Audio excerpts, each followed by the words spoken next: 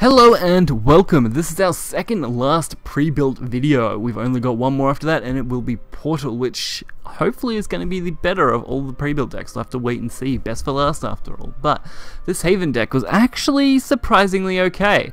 I was a little worried that it was going to be fairly clunky as a deck overall, and well, I didn't get to use every single card, as you don't always get to, especially when they're only including one of each legendary. It makes it hard to be able to use all the legends.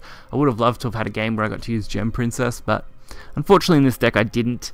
But for the most part, this deck has two main themes. One being the Lion Crystal theme, focusing on being able to just throw those out. Unfortunately, it doesn't incorporate the Lion Crystal amulet. Even as a one-off, would have been a little bit better. But it does give us a solid amount of Lion Crystals. We end up with a nice 6, so it gives us a chance. It also includes Summit Temple, which I don't think is the best option, although nearly every single card in this deck can take advantage of it pretty well. Everything else is actually pretty nice, and both Haven legendaries are quite valuable. So from a value perspective, getting 3 White Fang Temple golds, 2 valuable legendaries that most people would need, a Priest, pretty nice, and Triple Jeweled Priestess, all cards that are used in pretty big Haven decks at the moment, and Summit Temple, another card that is used in about half of the big decks at the moment.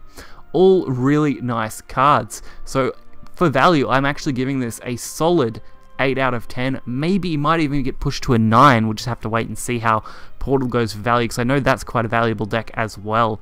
But every other card in this deck is either stock standard or just kind of filler. So things like Hollow Dogma, which is going to be the alt art in this deck, unfortunately I didn't buy it, and we're just looking at my current build right now instead, but that's fine. They do have a nice art for that. Otherwise, everything else is pretty normal, most people expect. Pure Annihilation, okay card, not so good in the current meta, much better in things like the Lion meta of the past, and Tenko meta, where it just had a little bit more value at clearing out multiple boards of things like Wild Fang Temples and stuff like that. Star Torrent is actually a card I've always liked, and I especially love the animated one, which is why we've actually got a couple here. And everything else is pretty good, honestly. I haven't found much problem with the deck itself. Winning games is still not easy, as you are lacking any solid win condition. It seems to be a big problem in most of the pre-built decks, as they don't really give you a big win condition. Lions are probably the best, and you'll see a game where we get very close to that, but unfortunately I wasn't able to get a win with this deck. Just be pretty close most of the time, so we're going to check it out and get right into it.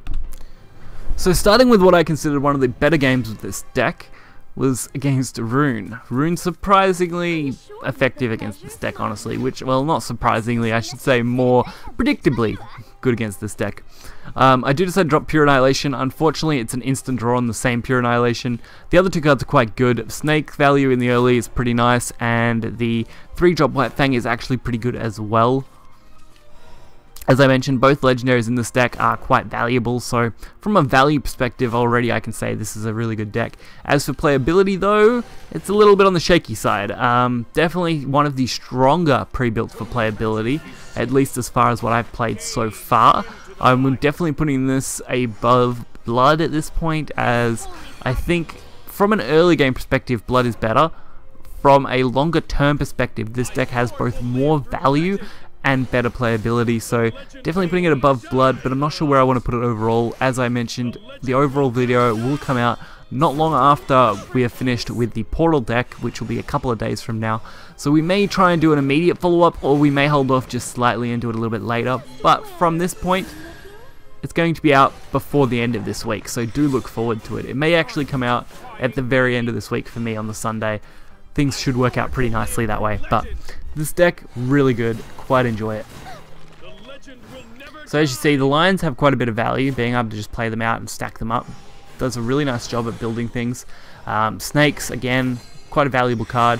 Good Bane, couple of bodies, really nice for a pre-built deck. And as you can see, this deck actually plays fairly well. Of course, dealing with everything is difficult, and this is a Mysterian deck, so it's not a top tier Rune deck, but it's still quite a solid one when it comes to burn damage, which is probably a fairly big weakness for this deck to begin with. We can deal with that 8-4 pretty easily. I do want to play the Lion though, because I do want to start taking advantage of those Lion Crystals just a little bit more. That's why we didn't go with the Banishment, because we need to get those Lion Crystals up to 4-4 bodies to really have any substantial gameplay. Now, opponent doing fairly well. I can't fault their playstyle so far. I mean, they could have won a lot quicker, but they're still doing fairly well considering. And there's our Lion Crystal, which is good, getting that 4/4 body. I debated Amanard for a little bit on whether I wanted to play a second one. I did decide to because I really want to take the initiative on this board. This board is going to stick pretty well. Even if they played Young Levi, it's not going to clear us out too quickly. So definitely taking the initiative there an advantage. The Cagliostro was a little bit of a harsh one on me. I really didn't want to see that come out, but we'll have to accept that our fate is pretty sealed with that.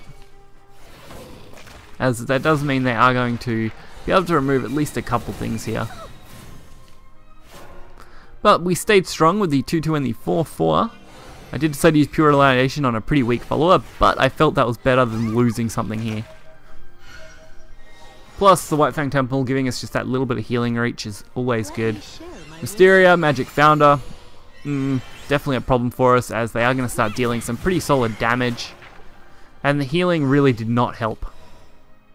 But we've kept the game fairly close so far. We've held our own fairly well considering, again, these are pre-built decks. They are not the strongest decks by far. You could make a lot of improvements, especially adding legendaries and other things into this deck. But as far as it goes for just its base standard deck, if you are playing in anything probably below A or AA, you're going to do fairly okay with this deck. It should suffice enough for beginners that you can do well. And as far as veteran players go, most people are just buying these for the value, so if you are a more veteran player, you're not really interested in playing this as just a pre-built deck.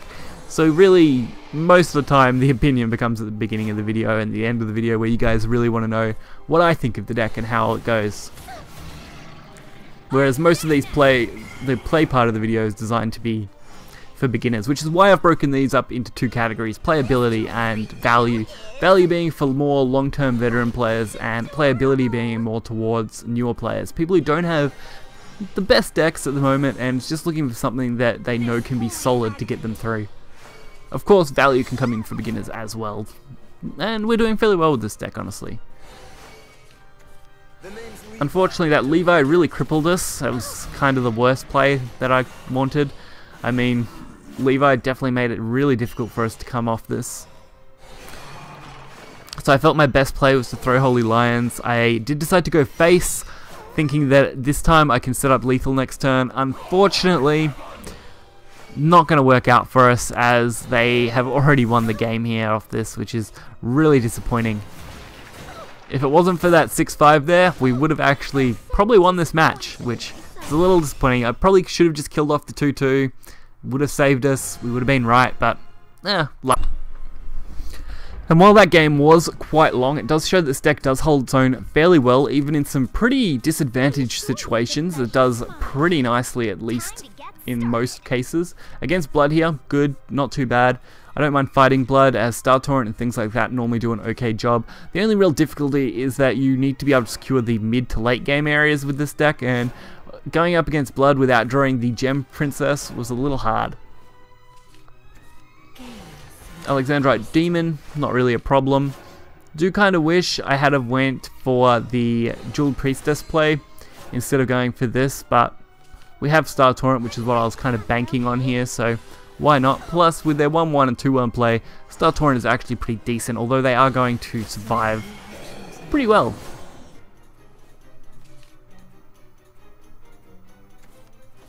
Snarling Chains, not too big of a problem. I was a little actually more worried about other cards, but Snarling Chains does at least clean the board up. It does also waste their Snarling Chains on that, so all I can really do now is take my own, get what I can out here, and hope for the best.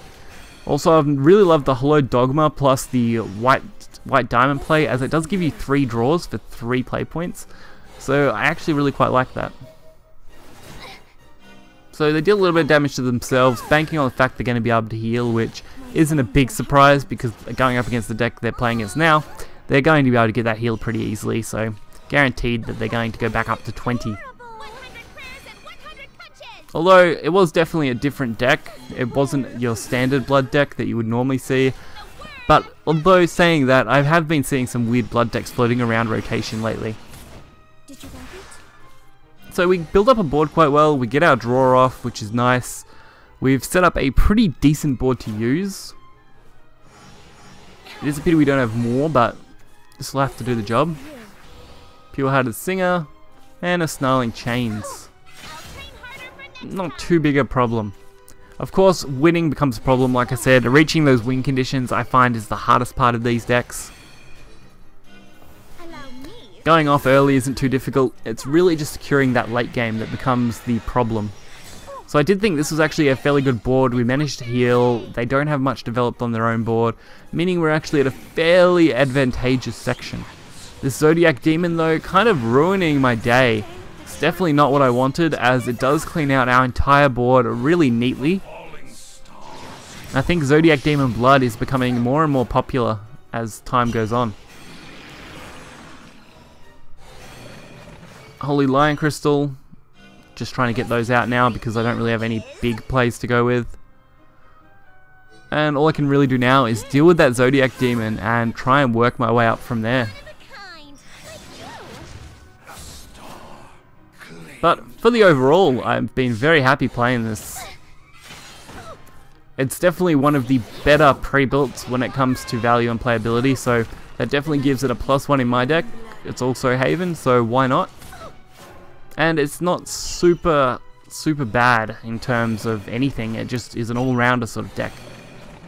It does the two things it tries to do actually work well together. Both Lion and Amulets do a fairly good job at complementing each other. They could have done better by including the Amulet for Lions, but I think they were worried that could give it too much value, so I guess one way or the other it's still a pre-built deck. So they clean us out nicely, don't really leave us with many options. This is where something like the 8-drop gold would have been a better value in this deck. Being able to use that would have been nice. Also, if I could have got my healing, would have been even better.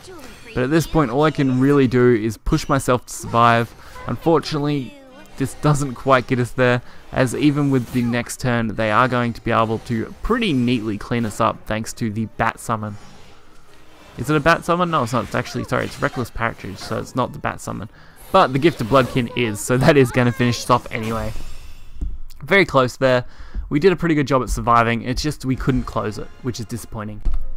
So this was one of the longest videos that I've done in a little while, and it's not surprising. It's a Haven deck that draws out games. That tends to be the longer kind of videos, and I still wanted to show off at least a couple of different games for you guys. And this deck is definitely nice. Like I said, it's got a value of around 8 to 9 out of 10, which is good, and its playability is definitely up there, somewhere around 6 to 7 range, maybe even a little higher. I just really haven't decided playability yet, but it's definitely higher than most of the other pre-builts, and that's pretty decent. So far, the best decks, top 3 for me, gotta be this Haven deck at number 1 for value-wise, probably number 2 for playability, with Sword and Dragon being right up there as well with those decks. Once we get at the overall video, we'll have a full list for these, and they will be awesome. So if you did enjoy the video, hit the like button and subscribe. If you want to see more videos like this, we've got one left, and we've done every other pre-built so far, so you can check that playlist out. These are the set 4 pre-builts. Hopefully we'll do something similar to this for the next set of pre-builts, which will be a little while away because they don't do them every set, they do them every 2 to 3 sets. So it's going to be a while before we do these pre-builts, so they don't take up a lot of time. And I'll catch you guys next time. See ya.